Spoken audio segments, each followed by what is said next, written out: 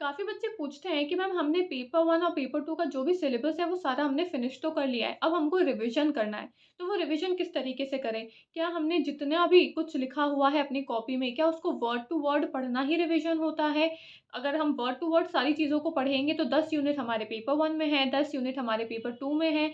इतना सारा कुछ पढ़ने में तो फिर हमको बहुत टाइम लग जाएगा, रिवीजन में तो फिर ऐसे तो हमारा पूरा 1 महीना ही निकल जाएगा। तो क्या हमको इस तरीके से रिवीजन करना चाहिए या कोई और तरीका होता है रिवीजन करने का? तो आज हम बात करेंगे कि रिवीजन करने का स्मार्ट और सही तरीका क्या होता है। रिवीजन करने का ये मतलब नहीं है कि जितना भी आपने अपनी 2-3 कॉपियों में भर-भर के लिखा है, आप वर्ड टू वर्ड उसको पढ़ो। रिवीजन का मतलब ये होता है कि आपने जितना भी कॉपी में लिखा हुआ है, तो कॉपी में कम से कम लिखना है और दिमाग में ज़्यादा से ज़्यादा इन्फॉर्मेशन आपकी जानी चाहिए। यानी कि अब आपको दिमाग में ज़्यादा चीज़ें याद रखने की ज़रूरत है। ये रिवीजन का मेन जो मकसद होता है, वो यही होता है। अब रिवीजन करना किस तरीके से है, वर्ड टू वर्ड आपको यहाँ पे चीज़ों को नहीं पढ़ना है और जितनी बार भी आप रिवीजन करोगे तो ध्यान रखो, हर बार आपका रिवीजन का टाइम जो है वो कम से कम लगना चाहिए। जैसे कि आप अगर पहली बार आपने एक चैप्टर उठाया टीचिंग एप्टीट्यूड और आप अगर उसका रिवीजन कर रहे हो तो हो सकता है पहली बार में आपको पूरा 1 दिन लग जाए टीचिंग एप्टीट्यूड को रिवाइज़ करने में। लेकिन जब आप दूसरी बार इसका रिवीजन करोगे तो फिर 1 दिन नहीं लगना चाहिए। कुछ टाइम में ही यानी कि 3 से 4 घंटे में आपको पूरा टीचिंग एप्टीट्यूड जो है वो फिनिश कर देना है।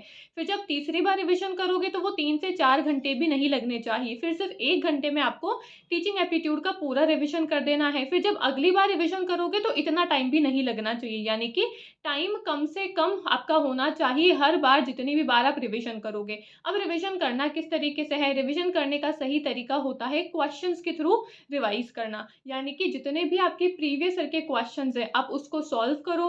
हर एक क्वेश्चन को देखो कि कौन-सा क्वेश्चन आपका सही हो रहा है, कौन-सा क्वेश्चन आपका गलत हो रहा है। जो सही हो रहा है वो कैसे सही हो रहा है और जो गलत है वो क्यों गलत हो रहा है, उसको समझो और उस क्वेश्चन का फिर जो टॉपिक आपने अपने नोट्स में लिखा हुआ है, वहाँ पे जाके उस टॉपिक को पूरा अच्छे से पढ़ो, वहाँ पे जाके उस टॉपिक को रिवाइज़ करो और फिर क्वेश्चन के माध्यम से अपना रिवीजन जो है वो सही तरीके से करो, यही सही तरीका होता है रिवाइज़ करने का।